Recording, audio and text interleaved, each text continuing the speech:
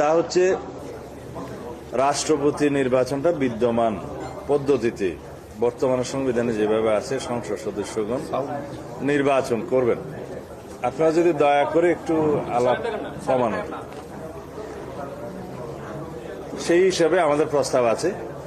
তবে সেই প্রস্তাবের সাথে আমরা অ্যাড করেছি পার্লামেন্টের সদস্যগণ 300 সদস্য যারা সরাসরি নির্বাচিত হবেন, তারপরে মহিলা আসন যদি 100 উন্নীত হয়, বর্তমানে 50 আছে, সেই সদস্যগণ তাহলে 400।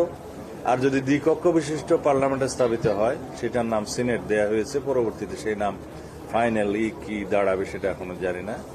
তার সদস্য সংখ্যা যদি 100 হয়, যেটা আমাদের প্রস্তাব, তাহলে এই 500 জন সদস্যদের ভোটে রাষ্ট্রপতি নির্বাচন হবে।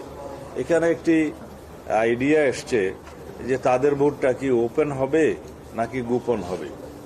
তা একটা পপুলার মতামত এখানে উঠে এসছে, তা হচ্ছে গোপন ব্যালটে হওয়া উচিত। তা আমি আমাদের দলের অবস্থান এবং কনস্টিটিউশন ইন্টারপ্রিটেশন নিয়ে যে কথাগুলো ওখানে বলেছি আপনাদের সামনে বলতে পারি।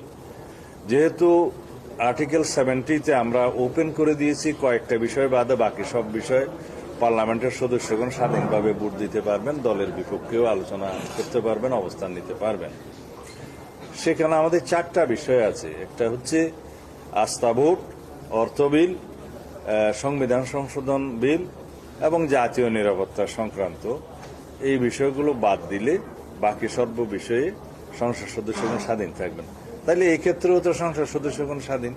তো সুতরাং এই স্বাধীনতা ভোগ করে যদি সবাই একটা সর্বসম্মত সিদ্ধান্তে আসে যে গোপনীয় ব্যালটের মধ্য দিয়ে এই 500 সদস্যের ইলেকট্রাল কলেজের সবাই সংসদ সদস্যগণ বুদ্ধা হাউসের, তারা যদি গোপন ব্যালটের মাধ্যমে রাষ্ট্রপতি নির্বাচন করেন, সেখানে স্বচ্ছতা, নিরপেক্ষতা সবকিছু বজায় হবে বলে আমরা মনে করি। তবে সেটা সিদ্ধান্তের বিষয় এবং এই সিদ্ধান্তটা আমাকে আমার দলের পক্ষ থেকেও অনুমোদন নিয়ে আসতে হবে।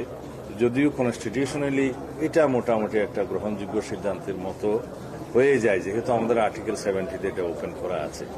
এটা হচ্ছে আমাদের অবস্থা। আর ইলেকটোরাল পিআর পদ্ধতিতে নির্বাচনের ব্যাপারে বিএনপির মত, পিআর পদ্ধতিতে সংখ্যানুপাতিক পদ্ধতিতে